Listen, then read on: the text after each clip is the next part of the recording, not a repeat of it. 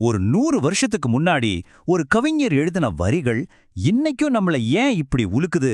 அப்படி என்ன இருக்கு அந்த வார்த்தைகள்ல? வாங்க அந்த மாபெரும் புரட்சியாளர் சுப்பிரமணிய பாரதியோட உலகத்துக்குள்ள போய் பார்க்கலாம். இதுக்கு மேல எந்த அறிமுகமும் தேவையே இல்ல, இல்லையா? இந்த வார்த்தைகளோட சக்தியே முதல்ல நாம உணரணும். இதுதான் பாரதியோட அசைக்க முடியாத ஒரு செய்தி. பயம் கிடையாது. பாரதியோட தைரியத்தை பத்தி புரிஞ்சுக்கிறதுக்கு முன்னாடி அவர் முதல்ல ஜெயிக்க நினைச்ச எதிரி யாருன்னு நாம தெரிஞ்சுக்கணும். ஆனா ஒரு விஷயம், அந்த எதிரி நமக்கு வெளியில இல்ல, நமக்கு உள்ளேயே தான் இருந்தான். கொஞ்சம் யோசிச்சு பாருங்க பாரதி வாழ்ந்த காலத்தை. ஒரு பக்கம் பிரிட்டிஷ் ஆட்சியோட இரும்பு பிடி, இன்னொரு பக்கம் சாதி பழமைவாதம்னு பல சங்கிலிகள். அப்போ பயங்கிறது சும்மா ஒரு உணர்ச்சி மட்டும் இல்ல, அதுதான் மக்களோட வாழ்க்கையாவே இருந்துச்சு.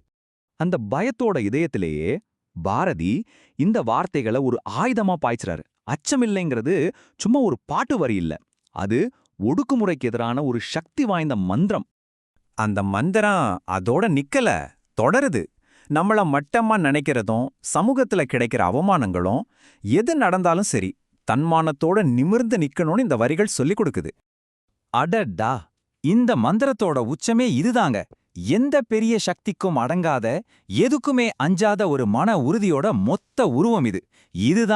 இதுதான் பாரதி நமக்கு கொடுத்த தைரியம்.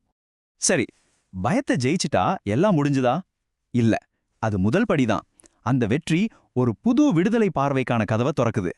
அப்போ அந்த கதவுக்கு பின்னாடி பாரதி பார்த்த கனவு என்னவா இருக்கும்?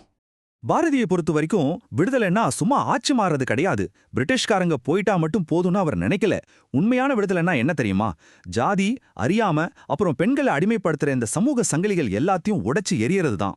அவரோட அந்த புரட்சிகரமான பார்வைக்கு இதை விட ஒரு நல்ல உதாரணம் இருக்கவே முடியாது. பாருங்க, உண்மையான சுதந்திரத்தோட ஒரு முக்கியமான பகுதியே பெண்களோட விடுதலை தான்னு எவ்வளவு நேரடியா, எவ்வளோ அழுத்தமா சொல்றாரு.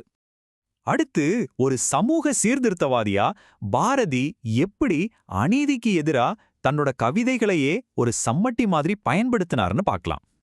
பாரதியோட பேனா இருக்குல்ல, அது ஒரு ஆயுதம். அது எதுக்கெல்லாம் எதிரா சண்டை போட்டுச்சு தெரியுமா?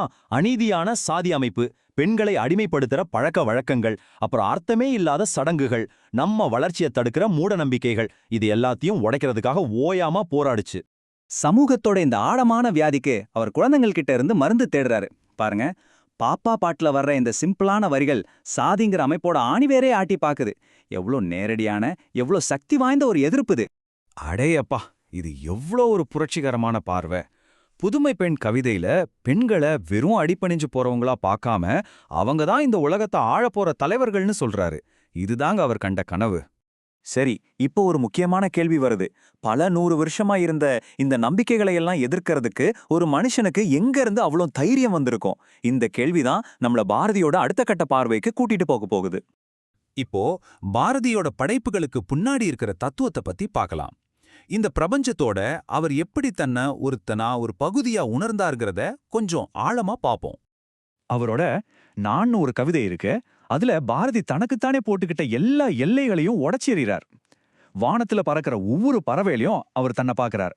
இது இந்த மொத்த பிரபஞ்சத்தோட ஒன்னா கலக்கிற ஒரு பயணம் மாதிரி. அந்த பயணம் வானத்தோட நிக்கல, இப்ப பூமிக்கு வருது. காட்டுல தெரியற ஒவ்வொரு மிருகத்திலையும் தன்னோட ஒரு அம்சத்தை பார்க்கறாரு. மெதுவா எல்லா எல்லைகளும் கரைய ஆரம்பிக்குது. அடுத்து பாருங்க, அந்த பார்வை இயற்கையையும் தாண்டி மனுஷனோட படைப்புகளுக்குள்ள போகுது. கம்பன் எழுதின கவிதையிலையும் ஒரு சிற்பி செதுக்கிற சிலையிலையும் அவர் தன்னையே பார்க்கறாரு. கலைங்கிறது அவருக்கு வேற இல்ல. ஆனா இங்கதான் அவரோட பார்வையோட உச்சக்கட்டத்தையே நாம பார்க்கறோம். அவர் நல்லது அழகுல மட்டும் தன்னை பார்க்கல, மனுஷங்க சொல்ற பொய்யிலையும் தாங்க முடியாத வலிகள்லையும் கூட அதுவும் நான் தான்னு சொல்றார். நினைச்சு பாருங்க. இதுல ரொம்ப முக்கியமான பாயிண்ட் என்னன்னா, நம்ம எல்லாரும் ஒண்ணுதானா? அப்போ இன்னொருத்தருக்கு நாம கொடுக்கிற வலி நமக்கு நாமே கொடுத்துக்கிற மாதிரி தானே? இந்த ஒரு ஆன்மீக நம்பிக்கை தான் சமூக நீதிக்காக அவர் போராடினதுக்கு ஒரு தர்க்க ரீதியான காரணமா அமையுது. 100 வருஷம் ஓடிப்போச்சு. ஆனாலும் பாரதியோட வார்த்தைகள் இன்னைக்கும் ஏன் நம்ம காதுல ஒலிச்சுக்கிட்டே இருக்கு? அவரோட செய்தி இன்னைக்கு இருக்கிற நம்ம உலகத்துக்கு என்ன சொல்ல வருது? பாரதியோட தத்துவத்தை சுருக்கமா சொன்னா அது நமக்கு ஒரு தெளிவான வழிய காட்டுது. முதல்ல பயத்த ஜெய், அப்புறம் விடுதலைனா என்னன்னு புதுசா புரிஞ்சுக்கோ, எல்லாம் ஒண்ணுதாங்கிறத உணர்ந்துக்கோ, கடைசியா அன்பு செய். இது நமக்கெல்லாம் ஒரு பெரிய வழிகாட்டி. கடைசியா இந்த ஒரு கேள்வியை உங்ககிட்டயே விட்டுட்டு போறேன். 100 வருஷத்துக்கு முன்னாடி ஒரு கவிஞர் சொன்னாரு, உங்களுக்கு தொழில் இங்கே அன்பு செய்தல்னு.